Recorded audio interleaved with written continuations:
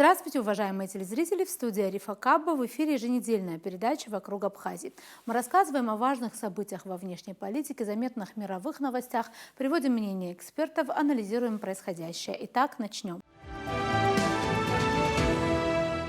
Уже завтра в Женеве стартует очередной раунд женевских дискуссий. С 30 июня по 1 июля делегация Республики Абхазия примет участие в 67-м раунде международных дискуссий по безопасности и стабильности в Закавказье.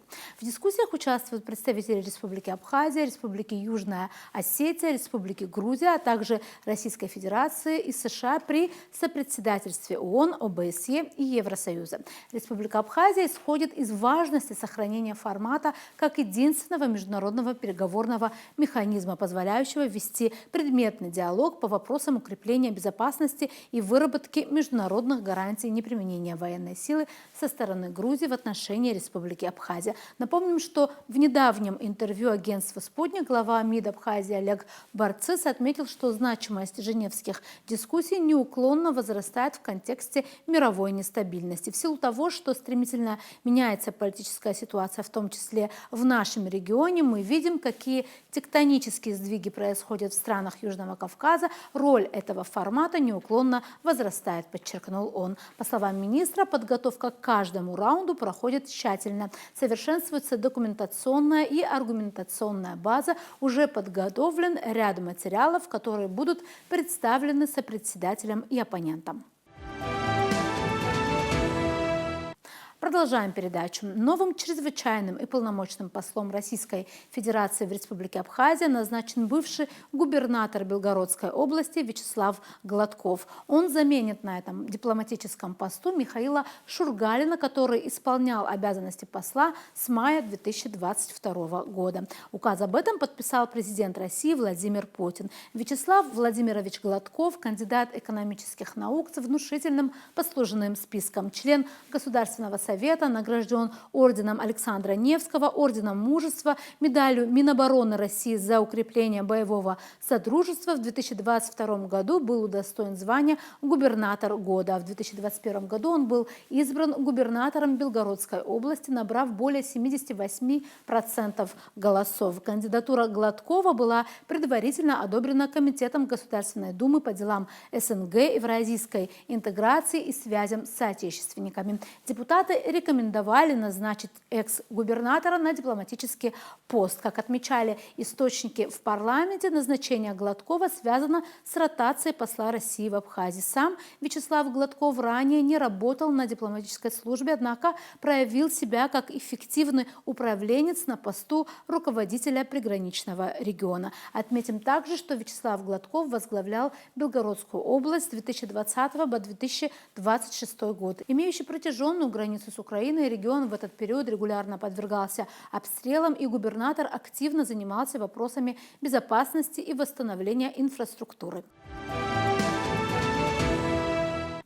К другим темам. Выборы в Армении прошли, но градус напряженности вокруг темы, в какую сторону дрейфует эта южнокавказская страна, не спадает. На днях председатель партии «Единая Россия», зампредседателя Совбеза России Дмитрий Медведев, комментируя эту тему, сказал: разрыв отношений Еревана с Москвой приведет к тяжелым последствиям для армян. Европейский Союз это абсолютно не интересует, уверен Медведев. Неминуемые тяжелые последствия для простых граждан от разрыва формировавшихся десятилетиями связи страны Евросоюза абсолютно не интересует, сказал Медведев. Свой анализ тому, как развиваются российско-армянские отношения, дал обозреватель издания «Коммерсант» Максим Юсин. На первый взгляд может показаться, что российско-армянские отношения развиваются по до боли знакомому сценарию, по которому начинал раскручиваться конфликт между Москвой и Киевом в конце 2013 года. Тогда Украина тоже оказалась перед жестким выбором: либо сближение с Евросоюзом, либо таможенный союз с Россией. К чему это привело, все знают, пишет Юсин. И далее задается вопросом: есть ли опасность, что и конфронтация между Москвой и Ереваном со временем зайдет столь же далеко? К счастью, несмотря на радикальные высказывания, порой звучащие на российских телеканалах, подобный вариант практически исключен, уверен эксперт, в том числе потому, что из украинской трагедии все ответственные политики должны были извлечь уроки и не допустить ее повторения в будущем в каком бы то ни было виде, пишет автор. По мнению эксперта, анализируя российско-армянские отношения, стоит обратить внимание на то, что несмотря на предвыборный накал и все страсти, кипящие вокруг сближения республики с Евросоюзом, общение лидеров двух стран проходит предельно корректно и вежливо. Отвечая на вопросы журналистов после саммита Евразийского экономического союза в Астане, Владимир Путин старался не допускать никаких личных выпадов в адрес Никола Пашиняна, а уже после возвращения в Москву созвонился с ним, поздравив с днем рождения. В свою очередь, Пашинян поблагодарил российского президента за взвешенную позицию по ряду вопросов, вызывающих разногласия, дружеский тон и поддержку, пишет Юсин. Комментируя позицию каждого лидера, эксперт отмечает: армянский премьер никуда не спешит. Его тактика сводится к тому, чтобы максимально оттянуть расставание с Евразийским экономическим союзом, изменение таможенных правил и тарифов на российский газ. Ведь процесс вступления в Евросоюз долгий и мучительный. У некоторых стран он занимал не один десяток лет. В течение этого переходного периода можно было бы получить все выгоды от пребывания в альтернативном союзе, а выйти из него в самый последний момент, когда появится конкретная дата принятия в Евросоюз. Для Еревана этот вариант удобный и беспроигрышный, но в Москве никаких льгот нелояльному союзнику, похоже, решили не предоставлять. Четкий выбор – Евросоюз или Евразийский экономический союз. Армянам предлагают сделать безотлагательно на референдуме, подразумевая, что в случае неблагоприятного для ЕС исхода никакого снисхождения не будет. Еревану этот подход может показаться слишком жестким, но с точки зрения международного права он вполне оправдан, считает эксперт. А с учетом реалий последних лет, если сравнивать с манерой поведения администрации Трампа, можно вообще сказать, что Москва действует мягко и деликатно. Американский президент в аналогичном случае вообще бы не церемонился и ввел против коварного перебежчика 200% пошлины. И это в лучшем случае. Что касается Владимира Путина, то он во всяком случае на словах выступает за мягкий, интеллигентный и взаимовыгодный развод, если уже армянский народ окончательно решит идти в сторону Европы. Впрочем, в Москве надеются на прагматизм армян и их умение считать свою выгоду и потенциальные потери. Подробнее тему мы обсудили с общественным деятелем, членом ОНО Евразия Микой Бадаляном. Смотрите интервью с ним. Здравствуйте, Микаэль Артурович. Приветствуем вас в студии Абхазского телевидения. У нас есть несколько вопросов. Спасибо, что вы согласились на них ответить. Мы хотели бы поговорить о российско-армянских отношениях в свете событий, которые происходят, и в свете итогов выборов, которые там прошли. И первый мой вопрос заключается в том, как вам кажется, повлияют эти итоги и вот тот статус, который сейчас есть, на будущее развитие Армении? К огромному сожалению, ничего хорошего результаты выборов, а скорее не результаты выборов, а тот политический курс, который взяла власть Армении, которая сохранила свою власть по итогам прошедших выборов, который она взяла, он на самом деле принесет Армении только беды. Он уже принес максимальное охлаждение в армяно-российских отношениях. И это уже не просто слова, а совершенно конкретные действия. Для тех, кто не знает, уже на протяжении почти 1,5 месяца остановлен практически весь импорт армянских продуктов. Это касается фруктов, овощей, это касается рыбы, это касается цветов, это касается минералки джермук. Это те продукты, которые массово уходили в Россию. Более 95% фруктов и овощей, выращенных в Армении, уходили в Россию. И то же самое касается цветов. В прошлом году более 96 миллионов штук цветов было продано в Россию. И альтернативы российскому рынку нет. Это абсолютный факт. Более того, что очень интересно и показательно, армянская власть, она постоянно говорит о диверсификации рынков. Безусловно, диверсификация рынков – это правильно. Да? совершенно неважно, какой ты союзник, друг, э, э, ты, когда продаешь, да, с точки зрения бизнеса, всегда хорошо, когда есть несколько рынков, да, на которые можно ориентироваться. Но именно при этой власти максимально усилилась зависимость от российского рынка. За 8 лет, которые они уже находятся у власти, они не сделали абсолютно ничего касательно вот этой самой диверсификации. И почему-то у них должно это получиться сейчас. Это на самом деле абсолютный популизм и, знаете, как, ну, скорее это можно сказать неприкрытая ложь, потому что они обещают, они рассказывают, они говорят, но на самом деле ничего не происходит, и армянский фермер и армянский бизнес сегодня несет очень серьезные потери. Но Безусловно, да. да, Микаэл Артурович, скажите, пожалуйста, но все-таки вы это рассматриваете только вот в плоскости, мы понимаем, что плоскость экономических отношений, она очень важна, но останавливается ли она на этом? Вот проблема на этом, в этом ли только заключается? Она с этого начинается. Мгм. Понимаете, это вот первые действия со стороны России, которые, как я уже сказал, закончились не заявлениями, а уже перешли к действиям. А экономические взаимоотношения сегодня это показатель тех дипломатических отношений, которые существуют между странами. И подобные проблемы – это первый показатель серьезного охлаждения. Дальше будет только хуже, к огромному сожалению. И Россия открыто говорит, официально и честно говорит о том, что будет судить о действиях армянской власти только из ее реальных поступков. Потому что раньше верили на слово. Верили на слово, и, к сожалению, армянская власть очень много лет обманывала. И это привело к тем последствиям, которые есть сейчас. К примеру, вот после выборов был уже назначен новый спикер парламента Армении.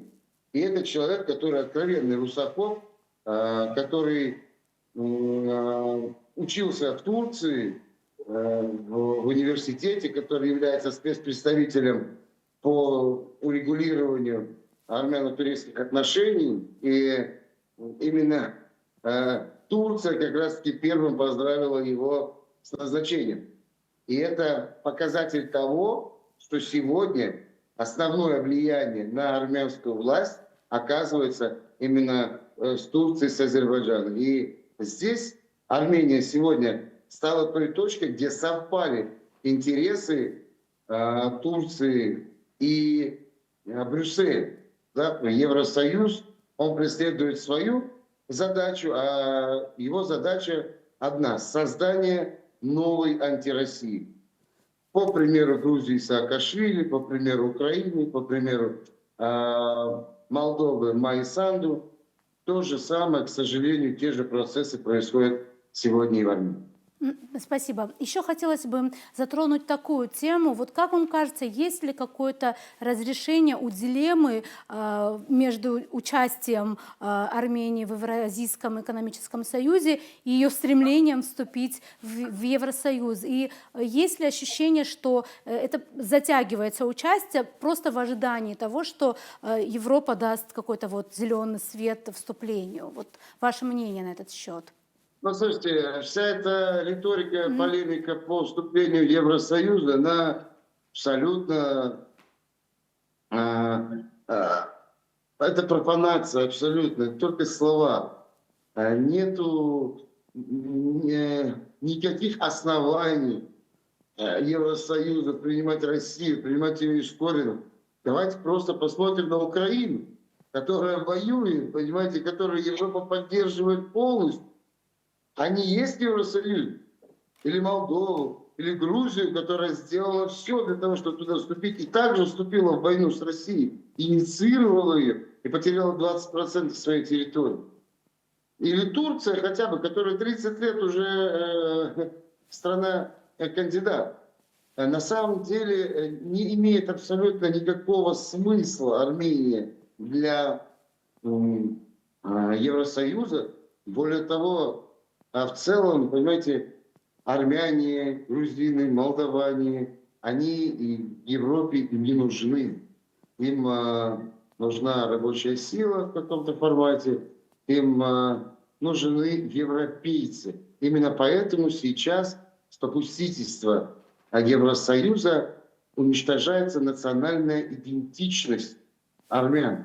Именно поэтому сейчас происходит антицерковная кампания, которая, безусловно, усилится, и Никол Пашинян обязательно пойдет на попытку арестовать католикоса и захватить власть над армянской церковью, потому что армянская церковь, ее отличие от любой другой церкви в том, что помимо своей прямой функции, она всегда была тем институтом, который в самые тяжелые для армян времена сохраняла национальную идентичность армян. У нас 200 лет не было своей государственности, но мы смогли пронести свою культуру, свой язык, свои традиции и остаться армянами. У нас одна из крупнейших диаспор в мире, вторая диаспора в мире. И она есть только потому, что у нас есть армянская церковь. Армяне раскиданы, разбросаны по всему миру. Есть много армян, которые, к сожалению, никогда не были в Армении. Может быть, не говорят на армянском языке, но основная львиная масса армян входит в армянскую церковь. И именно это позволяет нам пронести свой культурный код, который сегодня пытаются стереть. И еще один вопрос. Все-таки, рассуждая о российско-армянских государственных отношениях, как вам кажется, какой тут будет все-таки вектор развития, какой можно дать прогноз, что ждет эти две страны и их отношения? Должно при нынешнем курсе армянских властей ничего хорошего абсолютно не ждет, и отношения будут только ухудшаться вплоть до полного разрыва. Да, это печально, конечно, слышать. Микаил Артурович... Это катастрофа для Армении, абсолютно катастрофа. Да. Большое вам спасибо, что нашли время и ответили на наши вопросы. Благодарим вас. Спасибо. Продолжаем передачу. Китай и Белоруссия – железные друзья, чьи отношения выдержали любые испытания и только укрепляются. Такой вывод на встрече с президентом Беларуси Александром Лукашенко сделал председатель КНР Си Цзиньпинь.